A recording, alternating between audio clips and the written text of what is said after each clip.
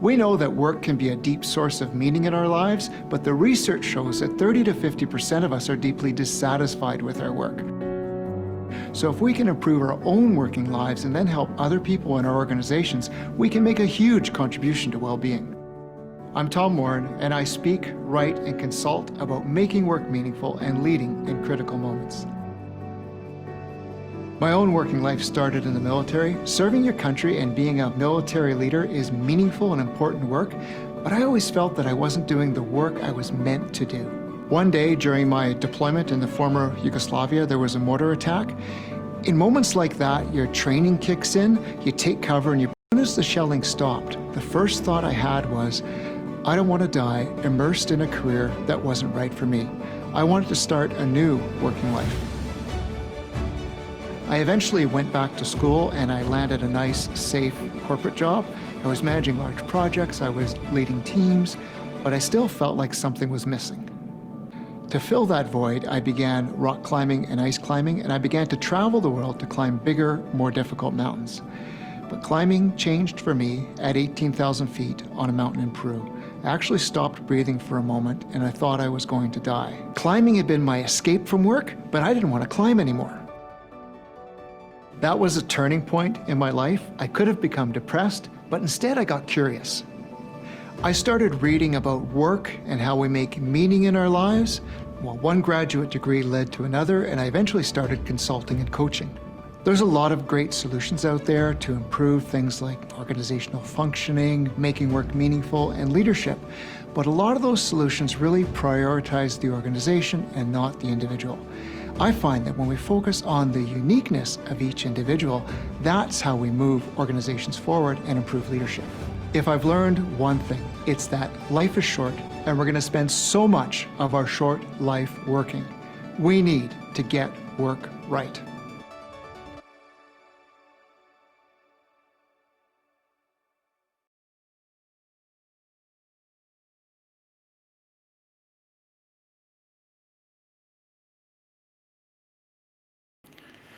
Well, good afternoon, friends. Good afternoon. Welcome. Welcome to another episode of Conversations with Dune Friends. And today we have a wonderful friend joining us from the Calgary area, Tom Morin. Now, Tom, can you still hear me in the green room, my friend? Wonderful, wonderful. Well, I hope you enjoyed that video there that gives you a little bit of a background on Tom. But before we have Tom join us for an hour here on this conversation, I'd like to give you a bit of a bio on Tom as well. Tom Morin was nearly killed twice at work, and then a third time trying to escape fulfilling work.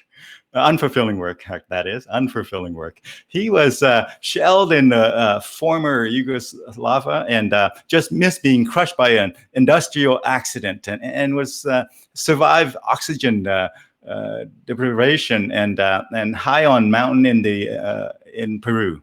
Now, his last brush with death forced him to critically examine his own working life and compelling to help others do the same. Now, Morin is the author of Your Best Work, Create the Working Life That's Right for You. He is an experienced and accomplished organizational leader and an inspiring speaker and writer who is redefining meaningful work and leadership development.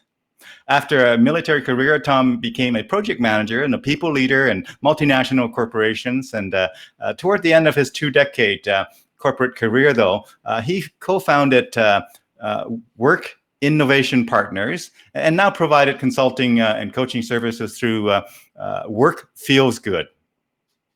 Morin is completed graduate studies in the social sciences and researched various topics in leadership, and is an associate faculty at Royal Rose University, where he's also a recipient of the university's founder award, and he's a part-time instructor at the Mount Royal University, and he consulted, and his consulting and coaching practice is really focused on leadership in critical moments, aligning the leadership teams and helping individuals create a more meaningful working life. Tom has transformed his ways, his always challenging and sometimes dangerous work life into a mission to create a better world of work. To learn more about Tom Morin, please go to workfeelsgood.com. So with that introduction, friends, help me in welcoming our guest today. It is Mr. Tom Morin, all the way from Calgary. How are you doing today, my friend? Hey, Dune, really doing good, and it's great to see you. Thank you. Yeah. Last time we saw each other was at Mount Royal University, where we both was teaching a course there, different course, different rooms, but Yeah. in the same wing of Mount Royal University. Yeah, it's great to I really miss something because of this whole pandemic, and that is face to face with students. But I've been fortunate that both universities are transitioned to online now. So although I don't do a lot of teaching throughout the year, the online experience is definitely getting a little better. But I do miss face to face with students for sure. Yeah. Tell us a bit more, my friend. What got you here today? Fill in the blank a little bit. Do you have a long and diverse career? We saw the video there, and maybe fill in the gaps a little bit for us. Yeah. So yeah, the video, and yeah, thank you for the introduction too. So my life really, you know, was focused and still is on work, but I didn't really understand how focused I was on work. And when people say, "Well, Tom, you're almost killed at work twice, and then the third time trying to escape unfulfilling work," and the first thing I tell them is, I'm a bit of a slow learner.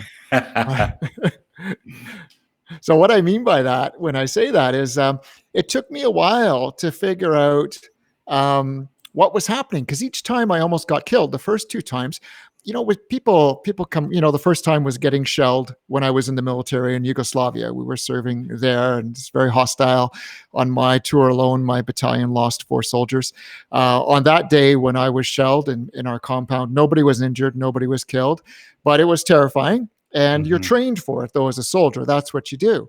But after it happened, you'd think your life would flash before your eyes. You'd have this kind of a different experience than I had. But the first thing I thought about was, I got to get a different job. And it was all about the job. It's funny, the job. Yeah. And then the second time it happened, once the deployment was finished, came back to Canada. About a year later, I got out of the military, and the only job I could find was, I didn't have any education past high school, and I really wasn't, I'd been in the military for 11 years. I really didn't know how to move around the world of work. But luckily, somebody offered me a job on a drilling rig. And I was in northern Alberta, northern BC, all throughout northern Canada. But one day, there was an accident. And if I just hadn't have jumped out of the way, by fraction of a second, I literally would have been cut in half at the waist. It would have been horrible. And I describe it a little bit in my book. I just jumped out of the way, though. And again, the first thing I thought was, I need to get a different job. So I did. I jumped back into school. I worked really hard, ended up getting what I thought was a nice, safe corporate job. And, working in a big office tower, traveling around. But after a few years, that job got a little boring and really stressful. So I needed an escape, and I started climbing mountains. First started climbing frozen waterfalls, then those rock faces you see. And then I started climbing kind of more bigger and dangerous mountains. And on my first big climbing trip in Peru, at 18,000 feet, my brain was starving for oxygen, and I started to hallucinate. I couldn't breathe. I actually saw myself leave my body. So it's often referred to as a near-death experience. But that was a bigger problem than the first 2 times. You see, this time, not only had my work already lost meaning, but my escape from work, climbing, now that lost meaning. And I was at a real low point in my life. I had to look at, what is this thing called, life, death? And for me, I looked at work. And that was over 12 years ago that happened. And since then, I've been on a journey to try to understand this big thing in our lives called work. And as a valid source of meaning in our lives. It's been that kind of journey, and I was fortunate to be able to put everything I've learned and how I've helped other people in that area in my book that was released in March. Wonderful. Yeah. I'm assuming you have your book on your website that we can take a quick For look sure. and see recognizing what the cover looks like. Yeah. Yeah. Yeah. Let me bring it in. While I bring it in, tell us a bit more about your book. Yeah. So in 2008, when I had that last brush with death, um, it's not like I figured things out right away. I was actually, like I say, at a low point. And, but instead of getting depressed, I started reading and I Hmm. started taking courses at night school. I was still working, of course, in the corporate world for years. Uh, One graduate degree led to another, all on understanding the world of work, understanding, the meaningfulness of leadership in the world of work. And I eventually started helping other leaders for some reason. And I think I know why. I mean, people really appreciate my military leadership background and my corporate leadership background. And I just started helping other leaders get better at their jobs. Pretty soon, that turned into helping individuals make their working lives more meaningful. Not that work has to be the most meaningful thing, but for some people, it's deeply meaningful, and we need to realize that. And so, years later, like I say, 12 years after that journey started, and about 7 years into my consulting role now, or almost 8, I put it all in a book, and there it is. That's fantastic. Wow. Uh, so, in other words, you have, there's only two parts to most of our kind of lives. One is the work life, and the other one is the quote unquote home life, if you want to look Mhm. at it that way. And you really kind of focus on one of those areas and just really on a mission to try and help people live their best life at work, which of course translate into home as well. I Right. know when we have problems at work, we tend to compromise our home life as well, right? Yeah, and that intersection between work and, say, another part of our life. Most people divide our lives into two things: work and otherwise. But there's, we've kind of been taught to divide our lives that way. It's what we call a dominant narrative in society. There's work-life integration, work-life balance. But there's another thing that people talk about is called work-life spillover. What that means is when something's not going well in one area, whether it's work or life, that discomfort, that anxiety, anger, all those negative emotions kind of spill over into another domain of our lives and kind of start making that go not too well either. So that that idea that one part of our life affects the other, that is something that I think we need to realize, and we need to um, once we realize that work has an important impact on us, on our personal lives, or once we realize our personal lives has an important impact on our work, society often denies permission for us to really start digging into the work problem, because we're supposed to value another part of our lives so much more than we're supposed to value work.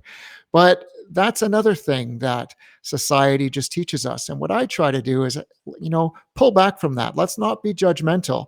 And if somebody finds work deeply meaningful, then let's acknowledge that, and let's acknowledge that to ourselves. So for me, my working life is a deeply meaningful part of my life. It's a deep source of meaning. And I've got other sources of meaning too, as we all do. But I don't deny the meaningfulness of work in my life. You bet. And that makes sense to me because I'm others, right? We're Mhm. supposed to, at work, provide value to others.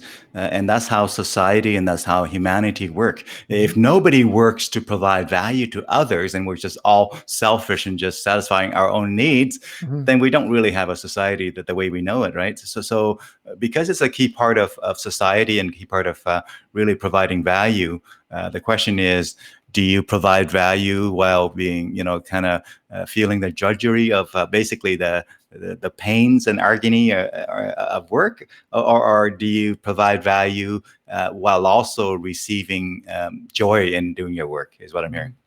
Yeah, and I think you've touched on something that is kind of a big theme in my book, is that our work becomes deeply meaningful for us and very fulfilling when we can identify the contribution to well-being that we're making through our work. Hmm. And I also stress that any job can contribute to the well-being of others, but sometimes we just don't see what that is. So Hmm. as soon as we can connect, and I do this with almost every one of my clients too, is as soon as we can connect the tasks we do during the day at our jobs, or Hmm. the the service you provide as a business owner, as soon as you can connect that directly with how it's actually contributing to somebody else's well-being, Hmm. all of a sudden we're incredibly motivated to do it. We want to do what I call our best work because we're so in tune with the contribution that we're making to others. I think it's very important. Yeah, yeah, yeah, you bet. Now, when you think about Calgary as a city where you live, Yep. do you think there are characteristic about Calgary kind of workforce that you want to maybe highlight, or obviously a lot of oil and gas focus for many decades and whatnot is certainly being challenged right now with the current situation. Any comments or insights on the Calgary scene, my friend? Yeah, I mean, I have right now. My Calgary clients aren't. I don't have as many Calgary clients as I used to. Most of my clients are in British Columbia and some of the United States right now. And COVID really forced me to go online. I just did my first business trip outside of Calgary 2 weeks ago. I traveled to my client on Vancouver Island. But the one thing I've noticed, and regardless of the industry, the city. So whether it's this big Western Canada city that I live in and worked in for so many years in large corporations, or whether it's one of my clients in Vancouver Island or in the southern states, what we notice is common themes throughout them. So even though there's an industry in Calgary that's somewhat dominant, even though there's a way that people go to work, they get up early in the morning, they commute a certain amount. They have certain conversations more often in Calgary workplaces than you'd say in Toronto or Vancouver. Mhm. But there's so much more that the world of work has in common than that's different. So all these organizations have so much in common. And I think COVID has really brought that out. I think if we look at the pandemic, we're not really seeing so much the uniqueness of an organization or this thing called organizational culture or the culture within a certain industry sector. What we're really seeing is how people engage in the world of work in general. So I would say no. I don't think there's anything that really has to stand out in Calgary that or really does stand out in Calgary that we don't see everywhere in the world of work. Yeah, yeah. Mhm. That's thank you for confirming that. That's my thought as well. So that's cool. Now, so hey, I'm gonna sidetrack a little bit and go Sure. back to your military background. I don't know if you know or might recall that one of my staff members in the consulting company that I run and own and started, was actually in the military for 28 Oh, years, and he's retired now, fully retired now, but he was in the military 28 years, a colonel, and retired from that, went into what's called city management. So he's what's called CAO at the town where I live, Strathcona County. And then right. he came and joined us after that for a number of years. So he told me a number of sort of key things that I've learned from him as I watched him and as I sort of observe his behavior. My question for you, my friend, is what are some key lessons that you learned from your career in the military? Mhm. Obviously, coming to the decision that that's not for you long term, but you must have learned some great lessons while being in the military. Absolutely, and one of the most important things, and people often talk about teamwork in the military. Uh, you soon realize in the military that there's very little that you can truly accomplish on your own.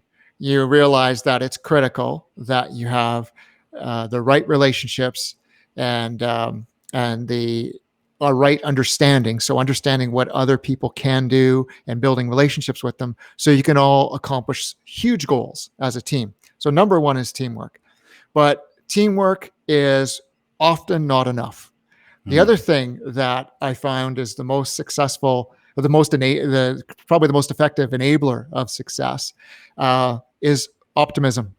Hmm. So if I know I just did a couple months ago, I did an interview for a magazine, and they said, could you tell us what you learned in the military that can help us get through a crisis?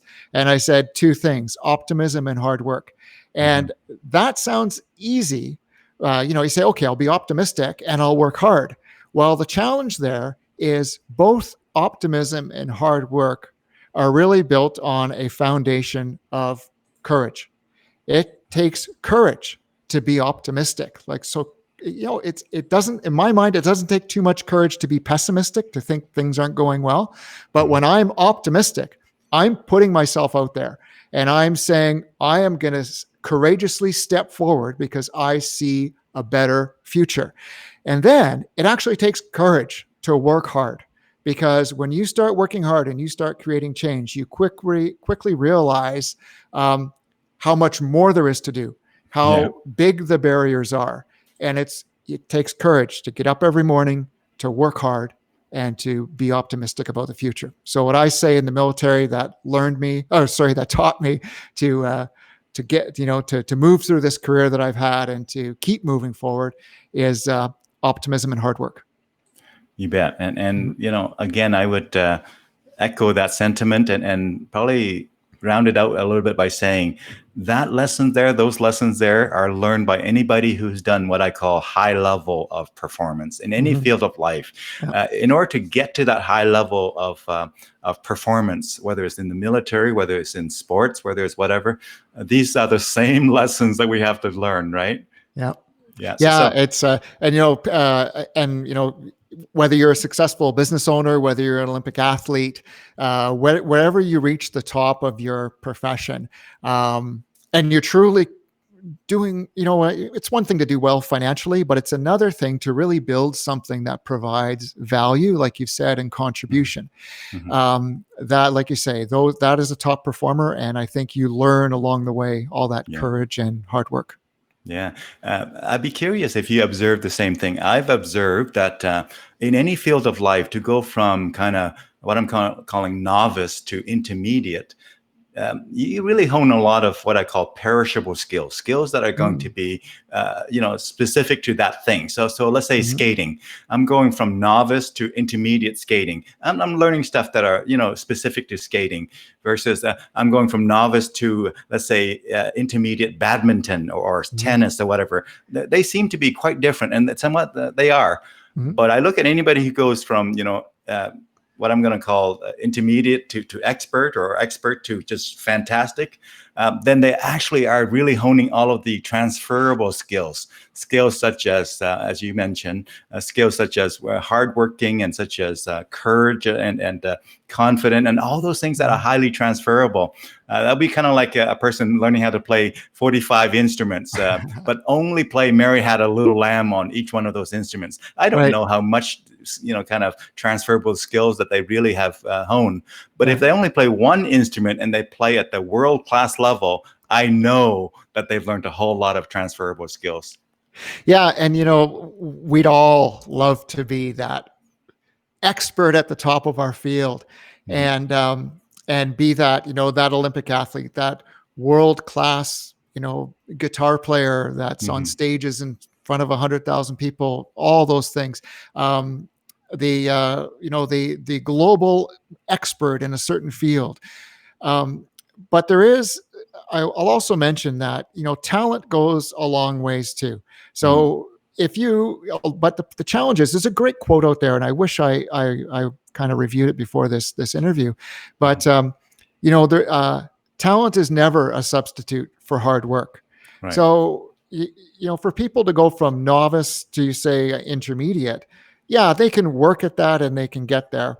But I truly believe that even if somebody goes from intermediate to expert, talent will drive that. The challenge is we're not all born with that talent, but I still think we can work hard to get to that expert and that world-class stage. But I'll also mention that it's not about the we hear this all the time. It's not about the destination. It's about the journey. And to put that in a little more context, if I'm working hard to get from intermediate to expert, then whatever I'm doing today and whatever I'm doing tomorrow is making a difference to somebody else. So that expert place might be 20 years out, or Hmm. 5 books out, or 10 musical instruments out. Hmm. But today I did my best. Hmm. Tomorrow I did my best. And that best is contributing to someone's well-being. So yeah, it's great to have that eyes on the have your eyes on the prize and move forward. But if you're actually working hard, you're going to make a difference Hmm. every single day. So that's what I Yeah. try to focus on. In other words, that the journey should feed you and should feed others as well, Absolutely. and the journey should also allow you to evolve into the person that you are meant to be and that you want to be. And now you did mention talent and you did mention guitar. Tell us about your stint with guitar, your engagement with guitar. I realize we're not Yep. going to focus a whole lot on guitar because this is not a music kind of Sure. interview, but tell us a bit. You play some guitar? I do. And it's actually a great analogy to talk about, especially within my little context. So my, Tom in the world, and let's just talk about it. So Yeah. right now, I'm fortunate because the work that I do is very connected to who I feel I am. And I'm able to, help people, nearly every day, definitely every week. I believe, and the feedback is that I'm helping an organization or helping someone move forward in their career. Yeah. The challenge with guitar was, and I started playing classical guitar when I think I was 8 or 10 years old. Mm-hmm. I really never stepped outside of, let's say, my room. So I sat in my bedroom as a child, or in a music instructor's studio, and I wanted to always play for myself. I always wanted to be a solo player. Mm-hmm. And as I was doing that, I wasn't able to connect what I was doing with the well-being it was helping creating for others, because I always enjoyed hearing myself play. I always enjoyed learning a new song, but I never really wanted to get out there and play and I tried to make it as a musician for a few years, but the audience feedback didn't really feed me. Mm-hmm. And so what was interesting is that I wasn't able to move forward as a guitar player and as a musician because I didn't really, enjoy that playing with other musicians in connection with the audience. So imagine that. All the talent in the world wasn't able to sustain me. Mm-hmm. All the music lessons sustained my career. All the music lessons, yeah, I could learn new stuff, but it never propelled me forward as a musician. Mm-hmm. I really think, a lot of people can play musical instruments, but it really takes someone special. And I know you're a musician, to be a musician, to play with other people, to engage an audience. And I'm fortunate now because I almost feel like I found that with my new career. All of a sudden, it's less about me. It's more about how I can help individuals, how I can help organizations. All of a sudden, that's feeding me and I get better at it every day. But it's right now with guitar. If somebody said, Tom, you never have to work again. And if you want to just play guitar, you can, and you'll get as good as you want. I'll say, you know what? It's just not enough for me. It's not Mm-hmm. how I connect with other people. I connect with other people through my work now. Wonderful. Well, that's great. Thank you for sharing that. Thank you for sharing that. And, as I'm going to jump around a little bit here on purpose. Sure. So let's fast forward to the present day. Tell us a bit about what your work has been like during COVID here. Yeah. Expand on it a little bit. I know you shared a little bit about it before. Mm-hmm. Let's sort of dive a little deeper on your current day kind of preoccupation with the COVID context, my friend. Yeah. So COVID was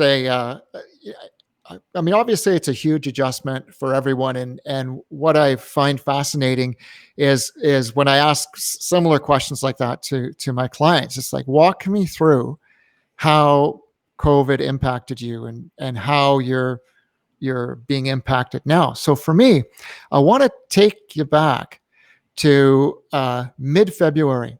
So mid-February 2020, and I'm just going to talk about me because I know really well how COVID affected me. Mid-February 2020, my book was available for pre-order. So that's a big stage. That means the book has been written.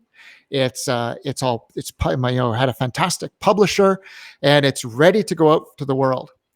So it normally goes for pre-order for about a month, and pre-orders were going well. So it's like, okay, good sign. The book is going to, connect with people, and it'll help my career, of course. And I started to get a whole bunch of speaking bookings. It's like, this is working. The book is wonderful feedback from readers. There's great reviews on Amazon. I was getting texts every day.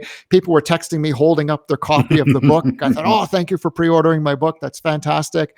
And, because there's a way to get pre-orders to people shipped. So that was fantastic. And then on March 12th, 5 days before my book was to be released, we had a call with my publisher because I think March 12th was when nationwide lockdown started in Canada. Yeah. And we said, do we actually go forward with releasing the book? And we thought, you know what? I said, the feedback's been so wonderful. This pandemic thing, maybe it only lasts for a month or two, but let's go forward because it's all about a contribution to well-being. It's all about how people can pick up this book and really start examining their working life and their organization and move forward. Well, yeah, it was instantly, probably 5 days, 10 days after the book was released. So by the end of March, all my speaking engagements for 2020 were canceled. And so right away, that was the biggest impact on me for COVID. I was still consulting though. I still had clients because nobody was quite sure about business travel, how long it would last. And we were able to talk by Zoom. So that was fantastic. And it's like, well, wait, a few weeks at home and we'll go back to work. So, speaking engagements canceled. That's not so bad. They'll pick up. Still working. Well, by May, I would say we realized that really in-person speaking will probably not, if it does come back to where it was, probably not come back till 2022-ish. So we'll see. Maybe we may see some stuff in 2021, but nothing in 2022. No problem. What was wonderful for me, though, I was able to pivot quite quickly back into the consulting work that I have. So right away, a number of my clients were quite comfortable continuing consulting by Zoom, and that's just how we communicate. But all the face-to-face meetings we did by Zoom, all the development of strategy, I do that. That's no problem doing that remotely. And then I actually started to get more consulting work. So last month was probably my busiest month, August, since COVID, and because travel restrictions have changed, and because there's great protocols in place, I traveled to BC. Everybody had masks in the airport. Everybody had masks on the planes, hand sanitizing everywhere. So right away, it's starting to look like there's a new normal for me in consulting. And the book has been, of course, sales of all books have been challenged across North America, but I'm still getting fantastic feedback on the book, that are wonderful people writing in and talking about it. And online speaking has started to pick up a bit, but I mostly do workshops now and a lot of conversations like this. I really don't do the online keynote. That's just not my thing. Right. Yeah. So you mentioned just a quick plug for our viewers out there who are wondering when COVID is going to kind of wind down and when we're going to get to that new and stabilized reality. If you're looking to possibly rethink your work, this might be a good time to read a book about that. and your best work perhaps is in fact in the future. Amidst COVID or maybe post-COVID, this could be your kind of pivot point here. Thanks for that. And I just, I really want to, to maybe dive into that just a little bit if I could. You bet. Before COVID, we never would have talked about the meaningfulness of certain jobs. So for example, grocery store worker, delivery person, transit driver. And certain, we go into stores. I remember going to stores in May when everybody was, we were kind of in the I would call it the lowest point of our emotional impact of COVID from a social isolation perspective. And I remember thanking people, and I still do that, thanking people in the stores for coming to work and being open. So a lot of jobs that we thought were the most meaningful jobs, the most valued jobs by society, really it took a crisis for us to re-examine the meaningfulness of the work out there and re-examine the meaningfulness of our own work. There's a lot of people out there whose jobs that they were doing before COVID don't seem like what they want to do anymore. And I'd really encourage them that I guess it's probably too late to say it's time to reflect, because people really have been forced to reflect. But I would say don't let go of that reflection. It's not like you have to abandon your old career overnight. It's not like you have to change your career overnight or change your organization. But the challenge with getting back to the old ways is that we may not take it full opportunity of this, take full advantage of this opportunity to change and, like my book says, create the working life that's right for you. So I know it's been a challenging time. It's been a challenging time for myself and my family and everyone, but it has been an opportunity to reflect, to readjust. And there's certain things I never want to forget about this experience. You bet. During tough time, we learn valuable lessons that are hopefully behavior changing. Because the thing is it's really not about knowledge. People always known it. The question is, do you feel it, and do you act accordingly? Do you govern your life accordingly? And I'll tell you what, I've been in a few hardships time myself, and when you go into that moment of basically life just clarifies and simplifies down to essentially the essential, right? Food, shelter, people, all of those simple things, life in its sort of simplest form, start to be really precious and really the focus of your thinking, if you will. During really, really good times when everything is just fantastic, we tend to reach further up, and some of us at times may run the risk of forgetting the really important things in life, right? Yeah, and Dune, like we've met each other before and we've chatted, and you've been quite generous when you've talked about your story. And I think when I look at what you've been through, especially in your younger years, when I talk about optimism and hard work and courage, we can see how those things pull us through, right? And I'll also just want to maybe emphasize for your listeners one more thing that you just said is, knowledge is great. Thinking about things is great. Planning is important. But the world doesn't change until we act. The world doesn't change until we do something. So whether that's, whether it's, calling a person tomorrow, whether it is, like we're doing today, putting ourselves out there for people to hear what we have to say. We need to move our bodies, move our mouths to say something. We just cannot stay in the spot of thinking all the time. We can plan, we can strategize, we can set goals, but we have to move, we have to act. And that's what gets us out of a crisis, is acting. You bet. So thank you for highlighting that. So Tom, as you think about the kind of the future of work, do you think there is I'm going to call it a movement? Do you think there is a trend? Do you think there is some things that's happening as we look into the future that's different than the last, let's say, 20, 30 years?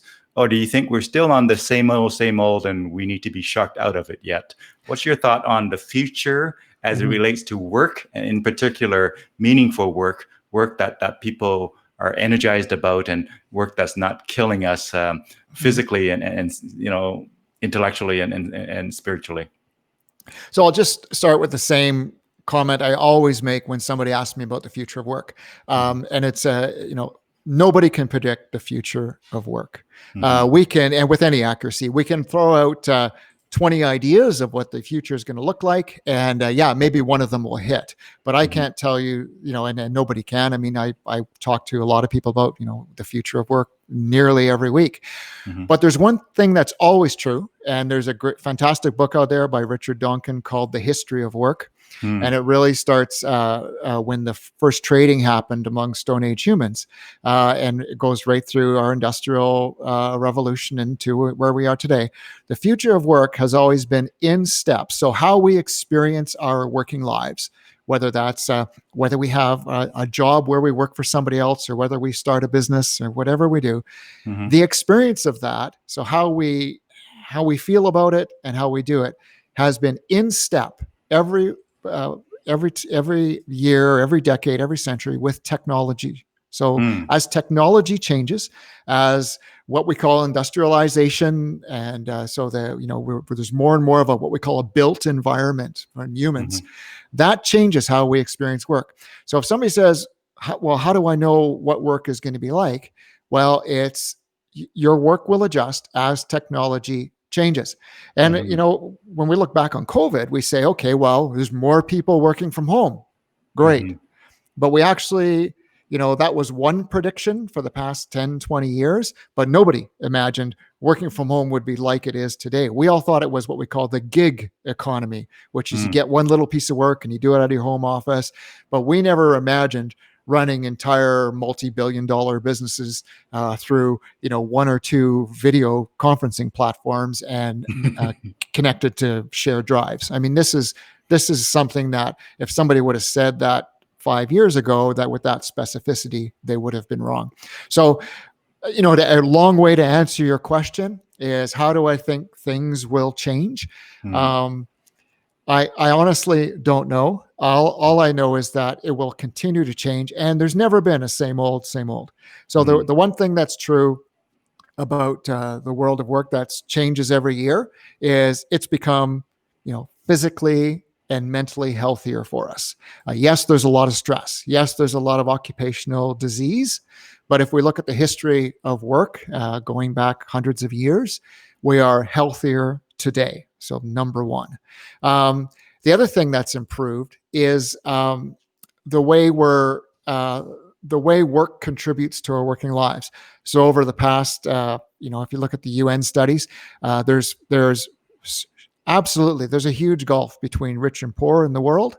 However, people are better off financially than they have been in the past. There's less massive poverty and more of a gap between the rich and poor. So what's improved? Work is, people always, primary motivation for work has always been survival, but more people are surviving through their work. More people are people are getting less sick from their work. So the world of work will continue to progress, but how are we experiencing it? I say we got to wait and see. It's all about technology. Yeah. And it's funny because you mentioned, and I do agree, by the way, I mean, look at the age expectancy of any country, how it had migrated in the general trend of being higher and higher. People are living longer and generally speaking are healthier and, Yes. In some terms and whatnot. But then there's this psychology that we need to account for. And that is there will always be people who feels very basically negative about their work. And so they are on that journey of finding something that resonate with them. So the gap between what they are perhaps what they want to do and what they're meant to do and what they're actually doing, whatnot. So while we have this quote unquote resolve this idea of, work generally speaking is safer than it ever was before. People generally speaking are living longer than they ever did before. People generally are healthier than they were before, like you've all stated there before. But that there will always be this challenge that we'll continue to have to work on. And it sounds like that's what you are focusing your work on, is to help people bridge that gap between where they like to be or where they want to be, where they're meant to be, and where they are with their work. Yeah. And, And it's not for everyone. I'll say that. You mentioned that some people are, somewhat negative about their work. Or the best thing somebody ever said to me, and it was right after a speaking engagement a couple of years ago. They said, Tom, I don't understand why you focus so much on work. This person said, my job, I can't stand my job, but it doesn't bother me. And I said, fantastic. I said, what that tells me is that you've got other deep sources of meaning in your life, and it's not, and one of them isn't work. And I said, that's fantastic. We need to get our meaning. We need to be, get our meaning for life, get our fuel for moving forward from some place. But I think, and I just said this earlier, society often holds back permission for work to be that source of meaning for us. And for me, work is a deep source of meaning. I got a wonderful family. My wife is wonderful. I have wonderful extended family, wonderful friends, and they are a deep source of meaning in my life. But if I deny that work is not meaningful to me, I know that would hurt. But as soon as I recognize that work is important to me, all of a sudden my life feels more complete, and I've got this other place that I can move forward. So what I ask people to do is work, discover your own meaning in work. And if there's no meaning for you in work, that's fantastic.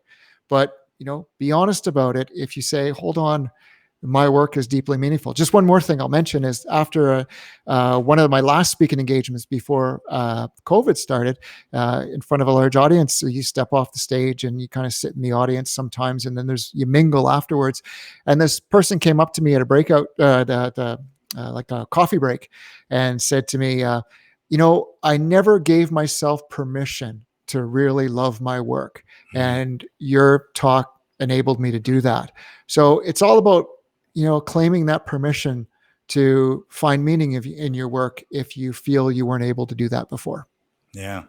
I'm going to slide sideways just to evaluate this a little bit. Now, just for fun, how many of us at various part in our life says, I hate my car or my vehicle or my truck or whatever, right? Yeah. And then how many of us various times in our life says, I love my truck, I love my car, I love my vehicle. That could be your guitar or whatever have you. So there's the idea of how we feel about the life that we have. So whether it's work, whether it's your vehicle or whatever. Now, there's two ways of kind of looking at what you have, I suppose. One is, I really don't like what I have. I hate my car, and there's just no way of resolving that. I'll always hate my car. I just kind of submit to that, and yet you spend, let's say 8 hours every day in your car, and you say, I just hate my car, and just find no way of changing that. Well, one way to change that is just maybe to change your expectation about what the car is, and find ways to enjoy what you have as a car, right? That's one way. The other way is find ways to get a better car that you might love. Yeah. Is that analogy too simplified for work? No, because what you really, now let's dig into that a bit. So if I say, I, hate my car, my car's driving, just can't stand driving that car, that's fine. But if I'm, we talked right at the beginning of this wonderful opportunity we've had to talk today about how work and life can kind of damage each other, that spillover. Let's talk about our car. It's one thing to say I hate my car, but it's another thing for that strong emotion that I have about my car to be keeping me awake at night. Right? So I say, yeah, you love your car, you hate your car, that's fine. But if you hate your car and it's ruining the rest of your life or really bugging you so much that you're, it kind of so-called infecting or spilling over in the rest of your life, then you need to realize that a car is a deep source of meaning to you. Nobody wants to say that. Society doesn't say, this, well, except of course, if you're selling cars, cars aren't supposed to be a deep source of meaning to us. But for some people they are. So what I say, let it be a source of meaning. If it is, accept it. And as soon as you accept that the right car is a deep source of meaning to you, then I think you're going to do what you just said. You're going to take action.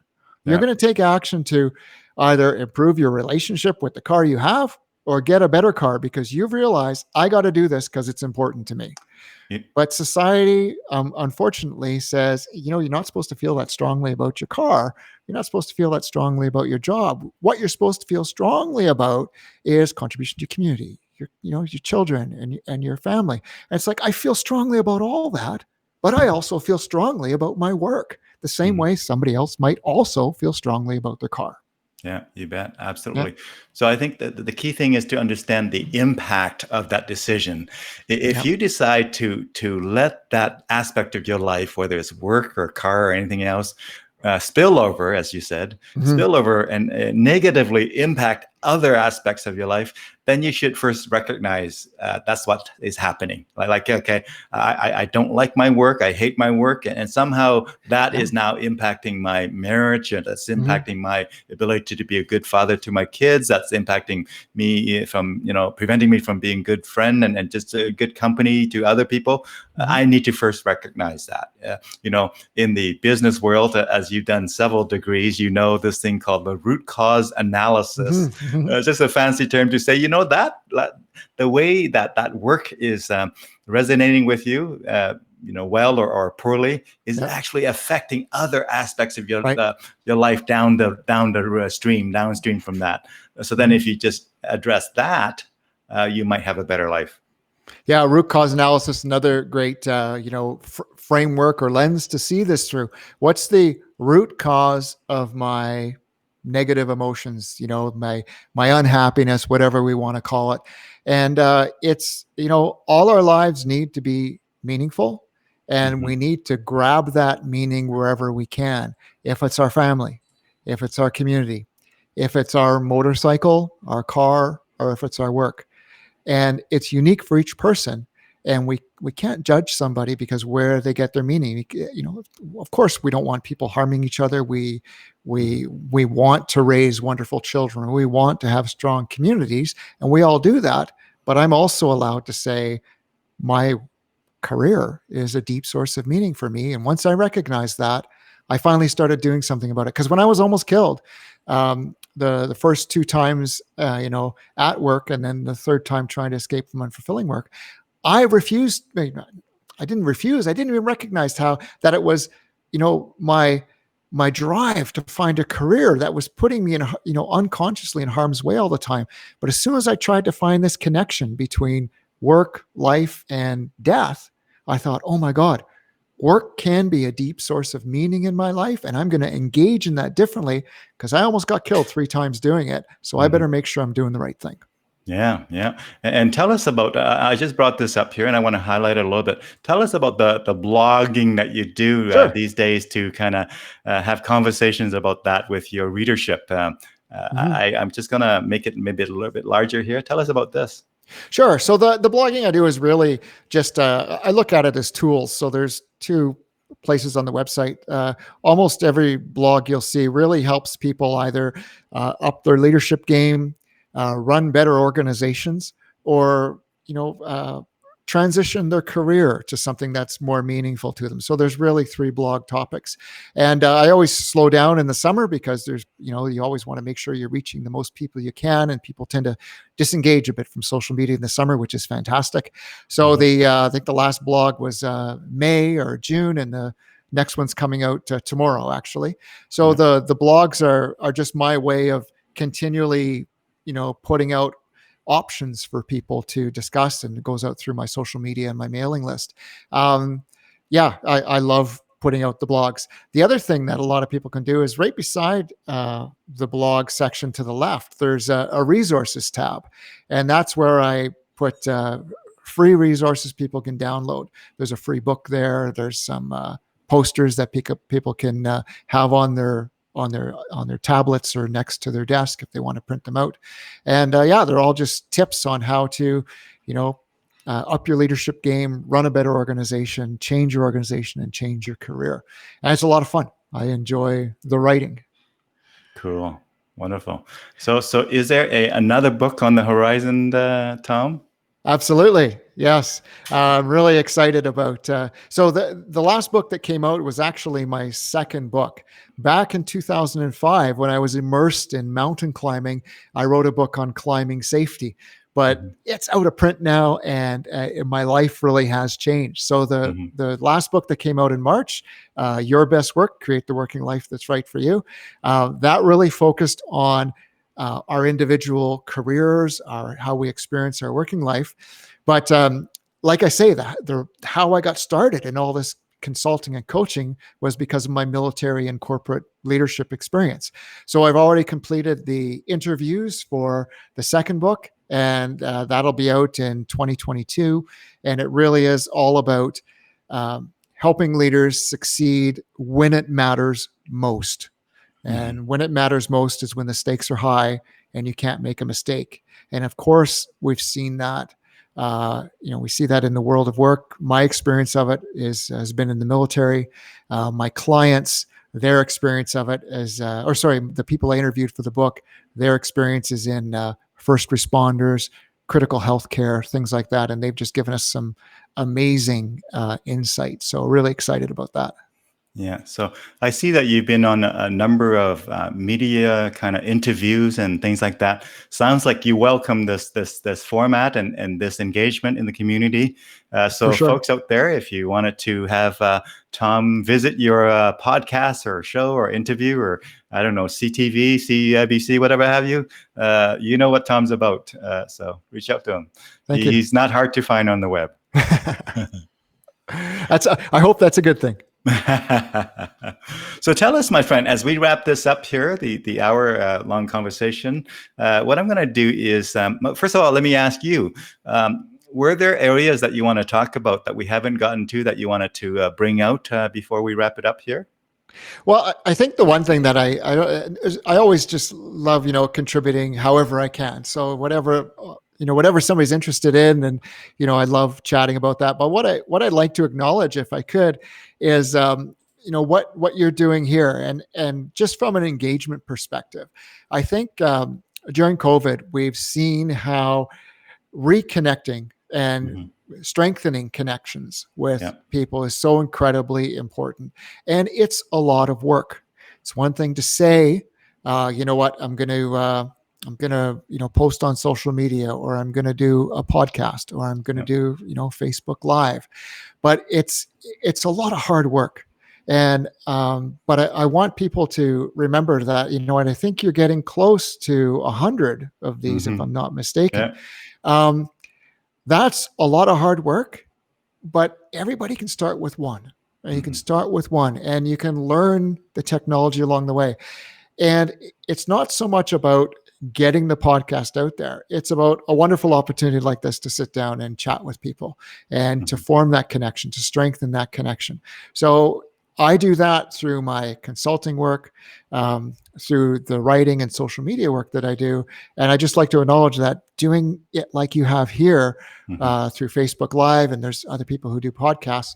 I think that's one of the best things that's come out of this challenge that we've had in the last 6 months, is Yeah. people moving forward to do that. So if anybody's thinking of it, it's just a wonderful way to connect. And I hope that more people will continue to do it, and more people will do it. You bet. So thank you, Tom. Again, folks, you have been listening to Tom Morin in the Calgary area, but he does travel. So if you're in BC, he can get to you. If you're in Ontario, I'm sure you could fly out there in Quebec and Halifax and whatever have you. I mean, you used to be in the military, so you're okay with traveling and being on assignment elsewhere beyond your home base. So Tom has much to offer. The community and the workplace, and therefore the lives of the people at home, as we talked about today. So thank you so much, Tom, for spending time with us today. I'm Thank going you. to ask you one last thing, Tom. If there were three words that could be, in a phrase, could be three separate words that you want our viewers to think about as they reflect on this conversation with you today, what might those words be that might come top of mind to you? Three words. First thing is courage. And I define courage as um, the ability to contribute to well-being in the face of fear. So the first word is courage. The second word is contribution. And that is truly helping someone else in the way that's right for them, not in a way that I think I should contribute, but in a way that somebody wants me to contribute. So courage, contribution, and the last one, a hyphenated word. Well, hardworking or hard work. So if we're courageous, if we focus on contribution, and we work hard, we will succeed. Wonderful. So no magic wand here. We're not talking about any magic. People probably understand courage and contribution and hard work. Absolutely, and it's and it's terrifying. All those things are daunting. It'd be great if there was some magic. If there was just something I could buy, someone I could hire, something that would just, the magic wand, the magic pill, whatever it's called. But no, it's be courageous, contribute, and work hard. Wonderful. Again, thank you so much, Tom. Thank you. Friends out there, thank you for tuning in live, and thank you for watching the recorded version here. If you have any questions for Tom, feel free to post it in the comments section of the video. Again, until we meet again, folks, take good care of yourself, take good care of one another, and have a great day. Thanks, Tom. Thank you.